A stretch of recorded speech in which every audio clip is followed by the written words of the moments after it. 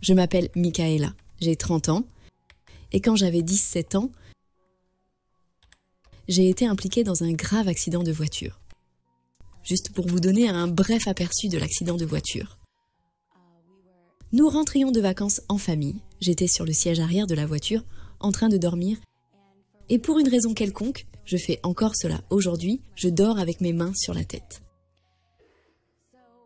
Nous suivions donc un semi-remorque, transportant du matériel agricole. Et il roulait très lentement. Ma mère avait ses feux de détresse allumés. Nous roulions à environ 30 km/h sur une pente raide. Et une fille de 16 ans, qui avait son permis depuis 1 semaine et demie, a essayé de nous dépasser dans une zone interdite au dépassement. Et une autre voiture arrivait. Elle nous a percutés à environ 130 km/h, alors que nous roulions à 30. Le semi-remorque devant nous n'avait pas de pare-choc.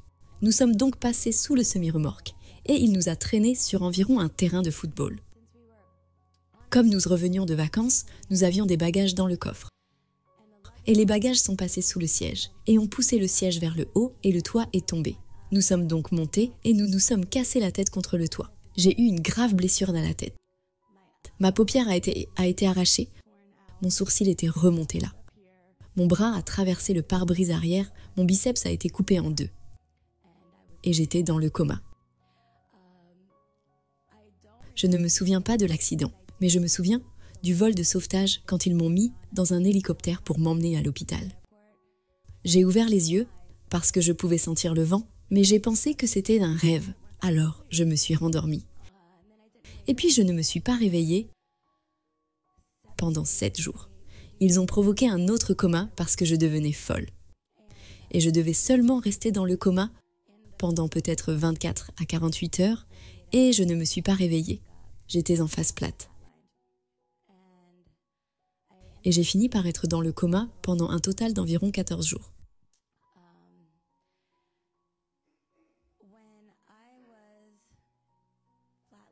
Lorsque j'étais en face plate, je me souviens d'avoir été entourée d'une lumière blanche floue et j'ai été accueillie. Quelqu'un m'a serrée dans ses bras. Je ne pouvais pas voir cette personne, mais je savais que j'étais avec Dieu, avec Jésus-Christ. Je me sentais très bien. Je n'avais pas peur. C'était très réconfortant. En fait, c'était probablement le meilleur sentiment que j'ai jamais ressenti dans ma vie, dans ma mort. J'ai ressenti mon meilleur sentiment. Et j'étais tellement contente là-bas, et j'étais tellement heureuse là-bas, que je voulais juste rentrer dans cet endroit. Je voulais être avec ce sentiment. Et juste au moment où j'étais sur le point de partir, on entend tout le temps les gens dire « Ta vie défile devant tes yeux ?» Eh bien, ma vie défilait devant mes yeux. Ce n'était pas vraiment ce à quoi je m'attendais. Je ne voyais pas de vraies personnes ou des choses physiques. C'était plutôt l'essence de tout, mais c'était très clair. Je me suis vue avec mes petits-enfants. Je n'ai même pas encore d'enfants. Je me suis vue quand j'étais plus jeune faire des choses que j'aimais faire. Jouer, danser et rencontrer des gens que j'aimais. Et tout était question d'amour. Tout était question d'amour. Et je savais que si je rentrais dans cet endroit, tout irait bien. Mais je n'aurais plus jamais cette vie. Et j'aimais cette vie et je voulais vivre.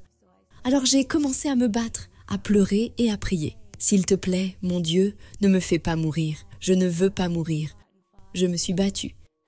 Et je me souviens que les couleurs clignotaient. Le blanc était devenu rouge, vert et bleu et ça clignotait. Je me suis battue plus durement que jamais dans ma vie. Et puis, tout à coup, j'ai eu l'impression d'être aspirée à travers l'espace. C'était comme... Je me suis retrouvée dans un coin de ma chambre d'hôpital, à regarder mon corps et à voir toute ma famille assise autour, bouleversée. Et j'ai essayé de leur parler. Pour une raison quelconque, j'avais des pouvoirs spéciaux qui me permettaient de me déplacer sous une forme. Alors, j'allais à ma famille et mon petit ami de l'époque, qui avait 16 ans. Et je leur disais « Je vais bien ». J'ai essayé de les réconforter, mais ils ne pouvaient pas m'entendre. J'étais tellement agacée par ça. Et puis, je m'ennuyais et je rentrais dans mon corps pendant un certain moment. Et ça devenait trop intense, ça faisait trop mal. alors je ressortais. J'étais assez à l'aise dans cette forme. Je dirais maintenant que je suis revenue dans mon corps, que j'allais et venais dans mon corps pendant environ 1 semaine et demie. J'allais dans différentes pièces. Mes parents ne croyaient rien de ce que je vous raconte, jusqu'à ce que je me réveille une nuit et que j'aille dans la chambre de ma mère. Et je lui ai dit « Maman, quand j'étais dans le coma à l'étage, est-ce que toi, papa et grand-mère, étiez à la cafétéria ? Et papa a dit ceci et toi tu as dit cela. Et grand-mère s'est levée. Et voilà ce qui s'est passé. » Ma mère m'a regardée avec admiration. Elle m'a dit « Comment sais-tu tout ça ?» Et j'ai dit « J'étais là. » Elle n'arrivait pas à croire que je savais mot pour mot ce qui s'était exactement passé. J'ai dit « Je me suis juste rappelé que j'étais là. » Parce que les choses me sont revenues en mémoire au fil du temps. Et je veux dire, cela fait 13 ans, donc je suis assez à l'aise avec ça en ce moment. Mais il m'a fallu un certain temps pour vraiment comprendre.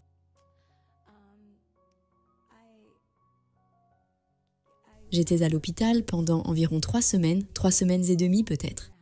Et ils m'ont dit que je pouvais rentrer à la maison. J'ai donc pensé qu'ils m'ont dit que je partais, que je rentrais à la maison. Et puis ils m'ont mis dans une ambulance. Et ma mère était dans l'ambulance avec moi et mon père et mon frère conduisaient derrière. Et j'ai regardé ma mère et je lui ai dit, parce que je voulais juste rentrer à la maison, dormir dans mon propre lit, faire mes propres toasts et tout faire par moi-même. Parce que j'en avais marre que tout le monde fasse tout pour moi. Et elle a dit, nous allons dans un centre de rééducation où tu pourras réapprendre à marcher, à parler, à penser, à te coiffer, à jouer à des jeux et à passer des tests. J'ai dû réapprendre tout ça. Et j'ai regardé ma mère parce que jusqu'à ce moment-là, je demandais ce qui se passait et il me le disait. Et 5 secondes plus tard, je le demandais à nouveau. J'ai dit « Je vais vraiment mal, hein ?» Et elle s'est mise à pleurer. Elle a dit « Oui chérie, tu vas vraiment mal. » Et je réconfortais ma mère. J'ai dit « Ne t'inquiète pas maman, je vais bientôt aller mieux. » Et donc je suis allée au centre de rééducation. J'étais censée rester là-bas pendant 1 mois. Mais j'ai finalement été libérée plus tôt que prévu. J'ai été libérée au bout de 2 semaines. Et quand j'ai quitté l'hôpital, ils pensaient que je ne pourrais plus jamais marcher. Ils pensaient que j'allais mourir ou être paralysée pour le reste de ma vie. Je suis donc heureuse de dire que je suis ici et que j'aime cette vie. Et je suis heureuse d'être ici pour la partager avec vous. J'espère que mon histoire et toutes nos histoires aideront d'autres personnes à avoir une vie un peu plus heureuse. Merci.